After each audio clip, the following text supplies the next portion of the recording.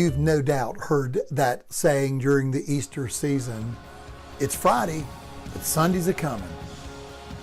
Today on Friday, we have been celebrating the cross, remembering the cross, a day in one sense in which we rightly remember the tragedy of an innocent man, God's Son, perfect and holy, dying and suffering for the sins of the unholy, the unjust, the unrighteous, taking in their place just what they deserved, but he bore in his own body on the cross.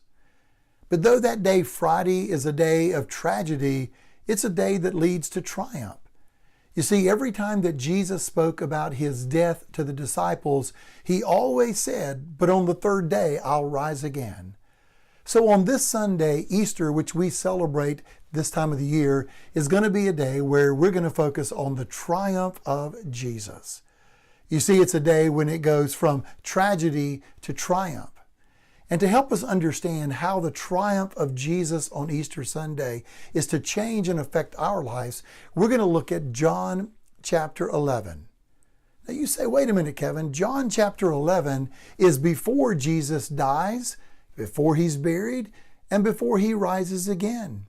Isn't John chapter 11 a story about Martha and Mary and their brother Lazarus who has died?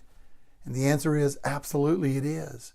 But John chapter 11 is a wonderful passage for Easter Sunday because in that passage, Jesus is going to show us the power of his resurrection. In fact, he's going to use that as a prophetic way of letting us see how Easter and the resurrection should affect our lives.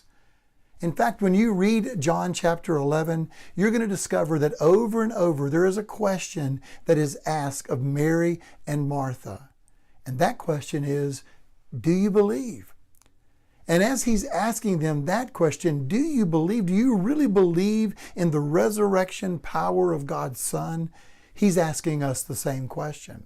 So on Sunday, we're going to look at that question. Do you really believe in Easter? Do you really believe in the resurrection power of Jesus Christ? And if so, what difference is it going to make in your life? In fact, Mary and Martha are faced with that same question. If we really believe in the resurrection power of Jesus, what difference does it make? Not just in the future, but right now in the midst of loss and suffering and struggles and hardships in this fallen world. Well, as we look at that passage on Easter Sunday, we're going to discover just how that truth of the resurrection power of Jesus Christ is to transform our lives every day. I'm looking forward to seeing you, and I hope you're making plans to be here.